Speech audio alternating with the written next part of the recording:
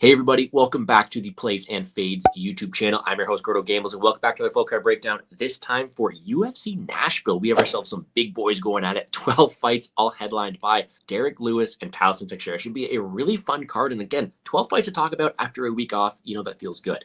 As always, we're going to break down this entire card from a betting and a DraftKings perspective. But if you guys want my full premium content, check out Establish the Run for my DraftKings content, as well as CoolBet for some cool betting boosts and everything else over there. Please check those out. Before we dive in, make sure to hit the like button down below, subscribe to the channel, show some love. But let's not waste any more time. Let's do this. Get the fight night started with the 7-1 Fatima Kline versus the 8-1 Melissa Martinez and a very large favorite. We'll talk about DraftKings here shortly, but this is a very big favorite. Fatima Kline is a huge prospect in women's MMA, maybe one of the most hyped up prospects in this division for sure. Was favored to beat Jasmine Jastovicius up a weight class on short notice. That's how highly regarded she is. She's a very, very good fighter, not only in decent striking, but a phenomenal grappler, great training partners. He is dating Aaron Blanchfield as well as someone who is very, very dominant, especially on the mat. She's able to go out there, get a nice dominant victory last time, and now faces Melly Martinez, who definitely doesn't have that same pedigree, but who is somewhat of a solid kickboxer. The Mexican prospect, brother fights in UFC as well, is very solid point fighter, but, you know, as a smaller fighter in this weight class, is potentially going to struggle. And when we look at the dynamic of this matchup, it's Fatima Kline who is set up for success. She is a big, hyped up prospect, and that's the reason why she's such a big favorite. Minus 1,400 and still climbing is very rarely seen in women's MMA, but Fatima Kline is that good of a prospect. She's a very, very good ground fighter, and we know that she wants to take her down and hold down Melissa Martinez. Not only have really good ground pound down there, but a phenomenal jiu-jitsu practitioner as well, looking to get the finish. Just looking at this here, I mean, it says only 1.84 takedowns average 50 minutes, but that's really all she had to get last time as well. But 100% takedown accuracy against someone with a 25% takedown defense. It does seem like Fatima Kline's going to have her way with her down there. And on the feet, although I do probably favor the technicality of someone like Martinez, she isn't bad on the feet. She's 5'2", smaller fighter. I think the aggression of Kline, and I think Kline can definitely keep her own out there as well. But the way she does differentiate herself is going to be in the mat, and I do think she does have a lot of success there. The question is just, how much success does she have? 9.9K on DraftKings. Again, one more time this week. I mean, last week, at least we had a very big gap between the 9.9K fighter and everybody else. Now we have 1, 2, 3, 4, 5, 6, 7 fighters 9K and above. Fatima Kline 9.9K is very interesting. Like I said, ground path to victory. She could very well go out there and dominate Melly on the mat. Same way she did to Dukova, where she scored 117 points last time, but at 9.9K, it's a very steep price tag. I don't like as many underdogs this week, so it's harder to go up there and get her at 9.9K, but I do think she is viable. If you have the salary, she should demolish Martinez, has a ton of takedown upside, and a solid finish upside 9.9K that I do like her. However, I do not want to sacrifice the integrity of my lineups because I'm paying up 9.9K for a fighter like Kline, so she should win. Very safe option in cash, but definitely tough to get up to at 9.9K. I do think Fatima Kline wins this fight. I think she probably wins inside the distance. That might be a bet for me as well. I do think she is the future of women's MMA and a very, very solid prospect. And then we go right from one big favorite to another. We now have Mike Davis facing Mitch Ramirez. 11-3 Mike Davis is another very big prospect on this card. Someone who, before his last fight, I think was undefeated inside the UFC. Very, very solid pedigree, very well-rounded, not only as a wrestler, but solid volume on the feet as well. This guy's just a very, very good athlete. Now, last time he did have a loss to Faris Siam. There's been a million excuses for that. Injuries, paint sniffing in the back. I mean, sorry, not paint sniffing, sorry. The issues with the paint in the back room there as well. There has been issues for Mike Davis, and that's kind of been excuse city for his last fight. Regardless, this has been a very, very well-rounded fighter who has not only had the opportunity to put up over 100 strikes in 3 of his wins, but also 9 takedowns in a performance. 3, he is a very good grappler and striker out there. Very well-rounded, very good athlete. Now, we do have to worry about injury concerns, but facing someone Mitch Ramirez, who's kind of struggled to find his footing in the UFC, not as big of a deal. He was knocked out by sacrificed to the fighting nerd Carlos Prates on Dinway Contender Series, and was leg kicked by Thiago Moises. Not the best so far start in the UFC, but a solid wrestle boxer who does have decent power in his hands, is able to wrestle there at a high clip there as well if he's able to get on the hips. But it's just whatever he does, I don't think he's the same pedigree as someone like Mike Davis. I don't think he can strike with as much power and volume as someone like Mike Davis, and I do not think he has the durability that Davis does, nor the wrestling. Mitch Ramirez probably wants to go in there and get in the hip, get takedowns. He's not a better wrestler than Mike Davis. He doesn't have the same volume, not the same cardio, not the same level of competition. It just seems like a little bit of a levels matchup here. Now, when we do have another 4-digit favorite here, do I want to lay that price tag on someone who was making excuses like he was last time? Probably not, but when it comes to skill disparity, Mike Davis is a much better fighter. Better level of competition, like I mentioned, is going to be the way better striker with better durability and volume, as well as the better wrestler, I think. And on the mat, probably the better submission practitioner as well. I think Mitch Ramirez has his flaws, and I do think that Mike Davis should win this fight at a high clip. The issue is more so DraftKings. Again, another 9.8K fighter here. Big salary this week and for a very big favorite. And you kind of understand why. It's just, is he going to go out there and score Fatima Kline? I think he has nothing but a direct pivot off of Kline. He has gone out there and scored 122 and 134 before, and performances where he's able to get 9 takedowns, 2 takedowns, and 2 knockdowns in that one performance there as well. I think he has the ceiling to go out there and do it. I just don't think his path to victory is as predicated on ground success as Fatima Kline's. And therefore, if I had to pick between the two of them, I'd probably prefer Kline. So not as big of a fan of on Davis on DraftKings, but a very solid option, a pivot play off of Fatima Kline. If you can afford him, I would definitely look to mix him into your roster because I do think he wins this fight at a high clip, has much better skill, and has multiple paths getting it done. I don't mind Make Davis here, and I do think he wins this matchup. And then we get a fun heavyweight affair here. We have Kennedy Njokuani 14-5 facing the 13-1 Walter Walker. I think this is a pretty fun fight and a closer aligned one, especially in comparison to the last 2 fights we have mentioned here. Kennedy Njokuani is a big fighter who did fight at 205 now, but heavyweight who has primary boxer. He wants to go out there, utilize his hands. He's got decent striking. He is a little bit inconsistent, sometimes dropping the ball, not getting as much volume, but solid power, solid boxing, solid output, and a pretty good athlete. Walter Walker has shown the ability to go out there and get heel hooks. There's no denying that, but he is pretty much a round one or bust fighter. His cardio is not there. On the feet, he looks very, very uncomfortable. And although he can go out there and roll for heel hooks, he's not the best position grappler. However, he does need to rely on that to have success. Kennedy Njokuani has struggled with the ground game, and I do think Walter Walker could potentially have some early success with the grappling.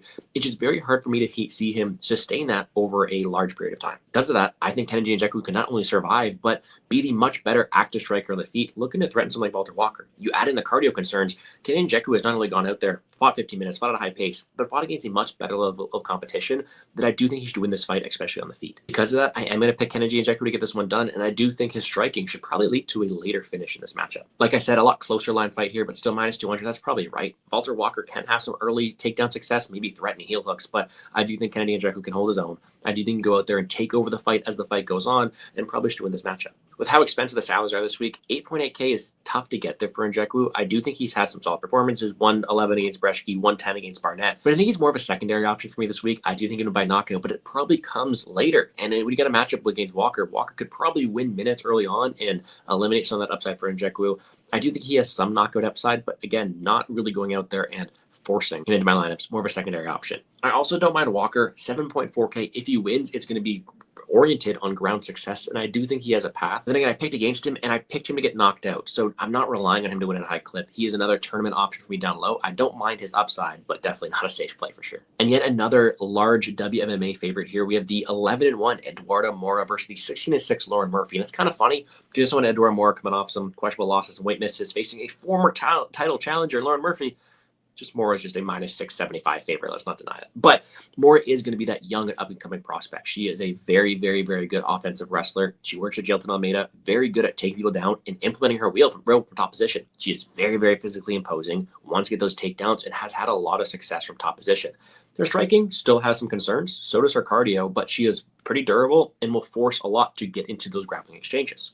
Lauren Murphy, although she is a pretty solid fighter who has been around for a while, she's getting up there in age. She's 42 years old, she's off a little bit of a layoff, and we have seen her slow down significantly recently. So in a matchup like this, although Murphy has the level of competition, there's going to be Moura who's going to be the more aggressive fighter, who's going to go out there, look to implement the takedowns, and utilize her physicality to probably go out here and be in control offensively. Do I want to go out there and lay minus 675? Probably not, but when you're averaging 4.37 takedowns in 15 minutes, when you are as aggressive as Moura against someone who is older than Murphy, I do think that Moura should go out there and win this fight, and I do think she probably has a solid enough ground game, potentially get her out of there as well. So back to DraftKings, if we order these top fighters, especially Fatima Kline above here as well, 9.5K. Do we like her more than Davis? Do we like her more than Kline? Do we like her more than Petrino, Bonfim? It's going to be a tough question, which I will address here at the end.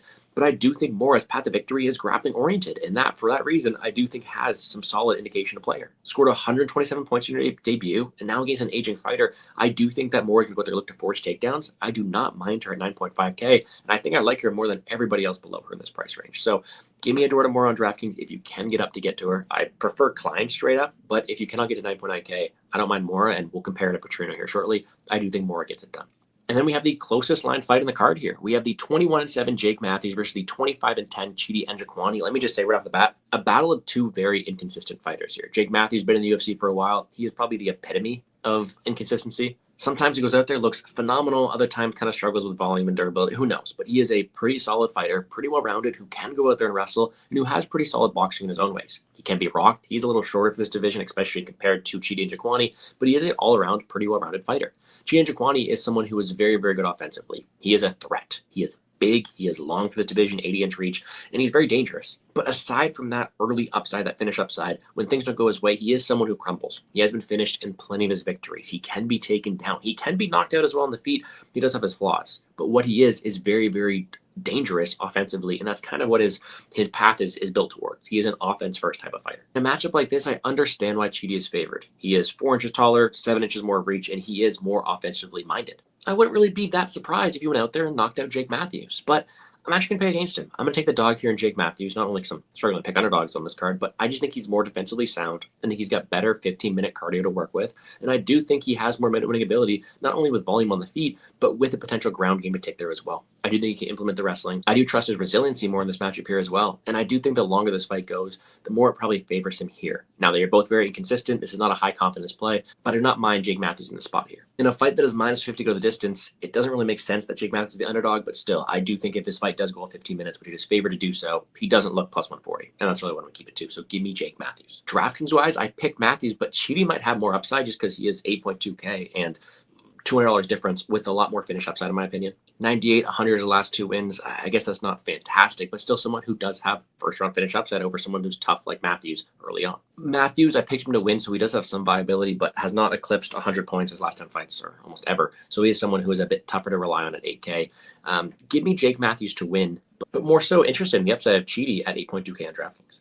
And then we have the 31-12 Chris Curtis versus the 20-11 Max Griffin. Another interesting matchup here, another larger favorite, and I kind of do agree with this one here. Chris Curtis is coming down a weight class, but is a fighter who's been fighting at the top for a while. He is, and I mean, nothing more really, but just a boxer. He's a pure boxer who's going to go out there, a ton of forward pressure, decent power, but very, very good volume, and very defensively sound there as well. Been at the top for a while, and someone who has been kind of a staple of these weight classes here. Max Griffin has also been around for a while. I mean, he's taken on the Chiesas of the world, the Tim Means, the Magnis, all that kind of stuff, but he's not really separating himself. He was just mauled last time by Chiesa. He himself is a solid athlete, solid boxer, but doesn't really excel at any area quite like Chris Curtis. So we're looking like a matchup like this. Max Griffin's probably the better wrestler of the two, but with 82% takedown defense of someone like Chris Curtis, so Chris Curtis who averages almost double the amount of strikes landed per minute than someone like Max here, it's got to be Chris Curtis to be the aggressor, to be the better boxer, to defend the takedowns if they do come here, and separate himself on the feet. And I do think he wins this matchup here. Now, minus 300, I kind of see it similar. Can he go out there get a knockout? I think he probably can. I mean, the Chris Curtis knockout,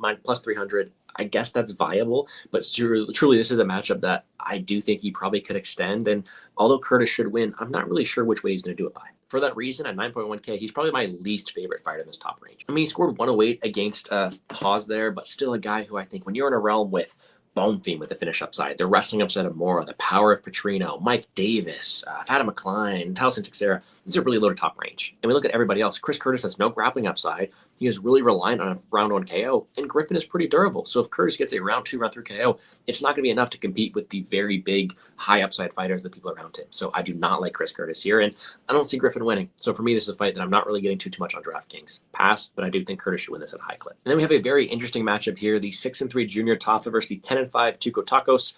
Tafa coming down to light heavyweight, and this is a really close matchup and kind of a polarizing one on the MMA Twitter streets recently. How is Junior Tafa going to look? When we look at these two fighters, they're complete opposites. Junior Tafa is a pure power kickboxer. He wants to keep his one on his feet, no ground game, very questionable everything else, but solid power and a very good kickboxer.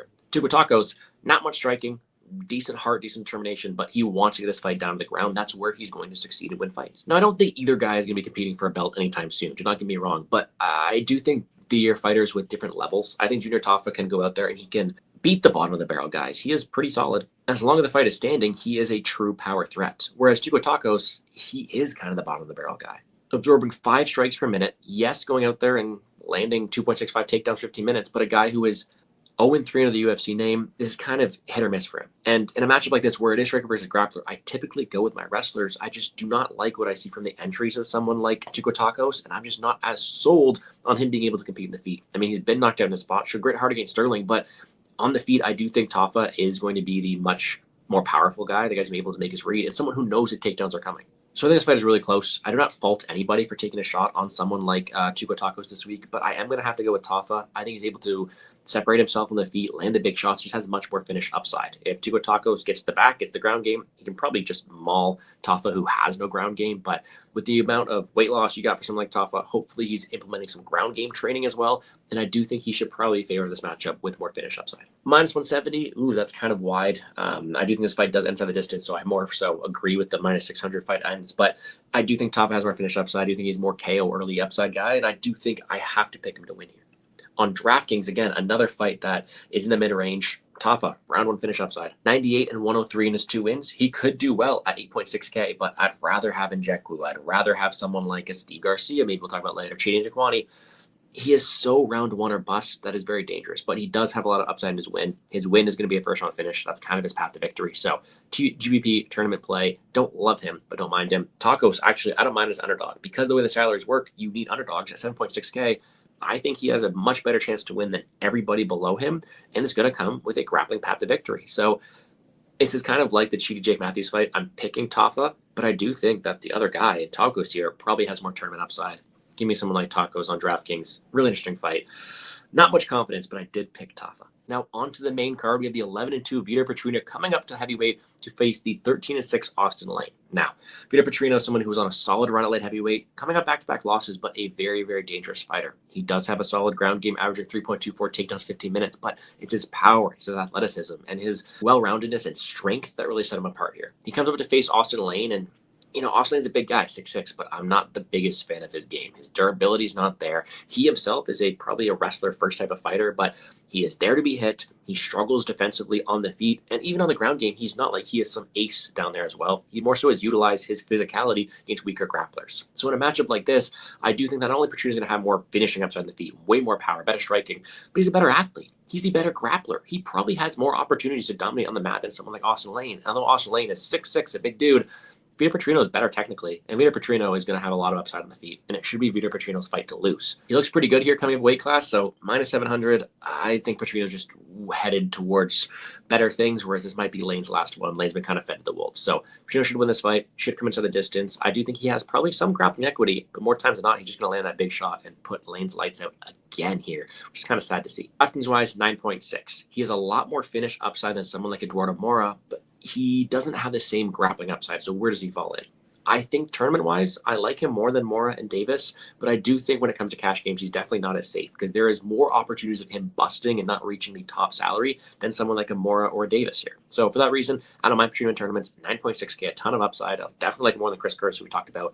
In a fight that he should win a lot of the time, it's just he needs that round one finish to probably be optimal. How often does he get it? That's the real question. However, she ran out a solid play. Give me Vitor Petrino. I do think he wins, and probably pretty violently as well. And then a fight that has fight of the night potential on it. The 18-6 Nate Landwehr versus the 20-11-1 Morgan Charriere. I think this is a really, really fun fight. It's a Nate the Train fight. Of course it's fun. In front of a crowd, it should lead to good things. Nate Landwehr is a bowling ball, a wrecking ball. He goes out there, averages 5.59 strikes land per minute.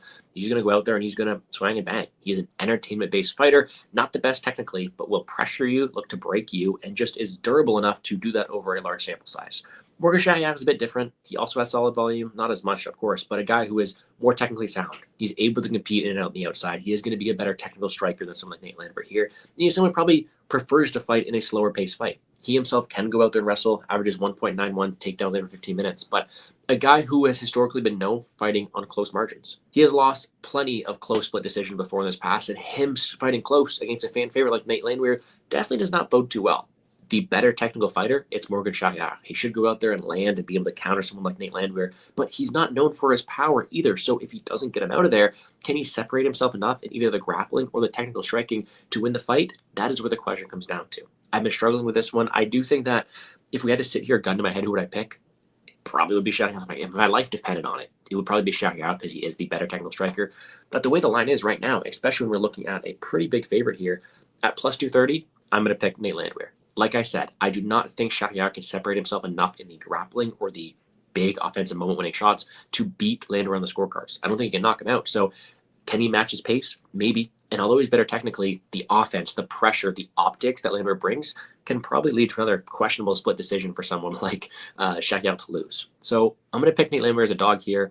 Lots of upside. Pretty risky considering he's there to be hit. He's not technical at all, and he's more so a fan favorite fighter. But I do think that out of all the matchups, this is probably one that bodes well for him, considering he is able to go forward and push at heavy pace against someone who doesn't necessarily have the same threats as his past opponents. Because of that, on DraftKings, I guess is a fight you want to target. An 8.9K for Charriere, has got knockouts in his 2 wins, but against much lower level of competition in Njokuani and Miranda there in those matchups.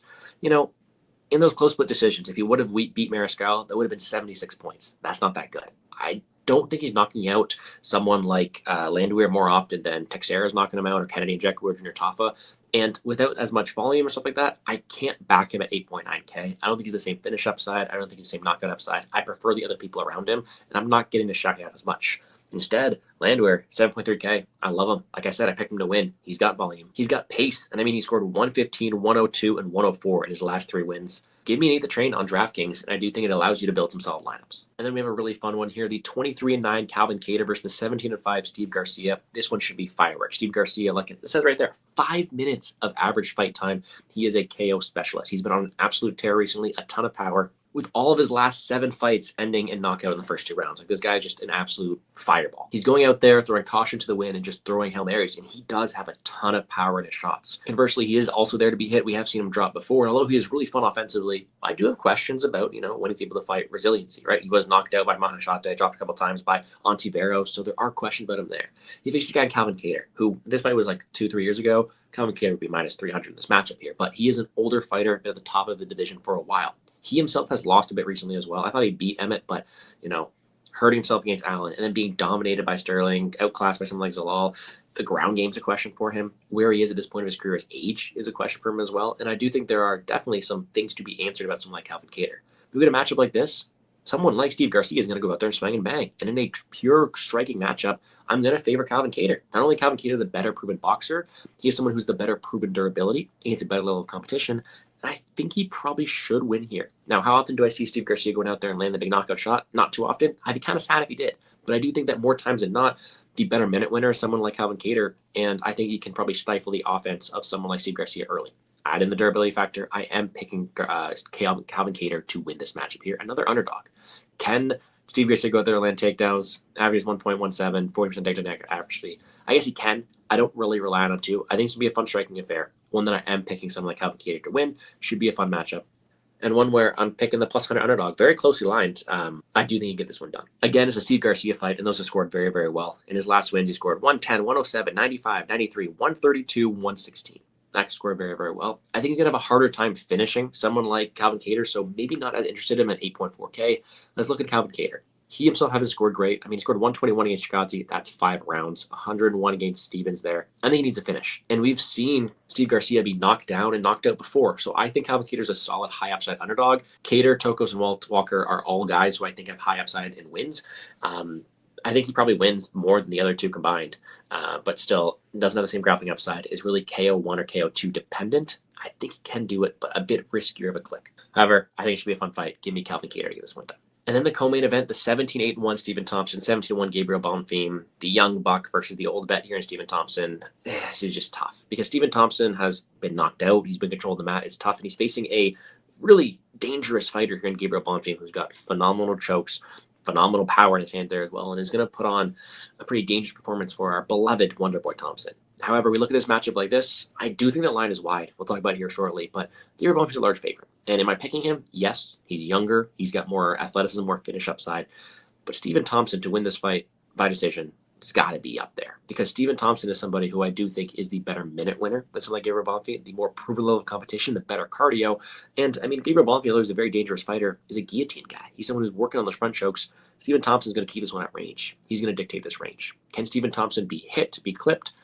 Maybe, but I do think Stephen Thompson is the much better kickboxer. It's going to be up to Gabriel Bonfim to close the distance. Now, because the age, I am going to have to pick Gabriel Bonfim, but like I said, I do think this line is wide, especially considering we now have, minus 425 for someone like Gabriel Bonfim. I do think that Stephen Wonderboy Thompson can definitely keep this close, dictate the pace or the range at which one this takes place, and probably win minutes as long as he's able to stay safe. So I'm picking Bonfim, but this plus 550 for Thompson to win by decision, I'm looking at that, and I do think it's definitely live. DraftKings-wise, 9.3K. Like I said, Bonfim has the ability to finish this fight. It's definitely there. But he definitely does not have more finish upside than Petrino, Moura, Texeira, Njokuani, Tafa. I don't like it. Bonfim, Curtis, Charriere, I'm not getting through as much. I prefer other plays in this range, and you do have to narrow down this range. I do think Bonfim can win. I don't think there's often there's people around him, and therefore not getting to him as often. So I'm picking Bonfim. I think he can have wrestling upside. I think he can probably land the big shot on the feet. But I think the line's wide. It's tough to pick Wonderboy Thompson at this point of his career, but I do think he probably wins more on the line and tails. However, give me Bonfim. Probably more Bonfim due to his finishing upside on DraftKings as well, although he's not a primary target for me. And then we have the main event, the 28-12 Derek Lewis versus the 8-0 Tafa Texeira, 6-7 Tafa Texeira, second fight in the UFC coming into a main event here. It's an interesting one. I have one rule when it comes to betting. You never bet against Derek Lewis. Doesn't mean I won't pick against him, but I'm definitely not going to be betting or parlaying Tafa Texeira here, but a big boy fight. Two big boys going at it, throwing haymakers. Derek Lewis is the Black Beast, most knockouts. We all know him, right? It's going to be a different challenge. Derek Lewis is no stranger to fighting big guys. I mean, Alexander Volkov was able to knock him out there as well, but he's going to go up against a huge round one power threat in Tafa Texeira. He wins fights very, very early. He is very, very dangerous. Long reach, lots of power. He's a guy who is super good offensively early on and is going to test the chin of Derek Lewis, who we've seen knocked out many, many times before. So it's really just going to be a car crash. And in a car crash like this, although Texeira has been so dominant, especially early on, we have yet to see him face anybody with any credentials at all. We have yet to see him extended. Even in his Dino Contender Series spot there as well, he was getting hit. I mean, he was getting pieced out. He was offering shots. And one shot against Derek Lewis, not only do we not know how Texeira reacts, we don't know how he's able to accept a shot, especially from the big power of Derek Lewis. So I think it's an interesting one. I think you kind of have to pick Tafa Texeira just because of his height, reach, and probably willingness to be in there. We don't know what Derek Lewis even wants at this point of his career.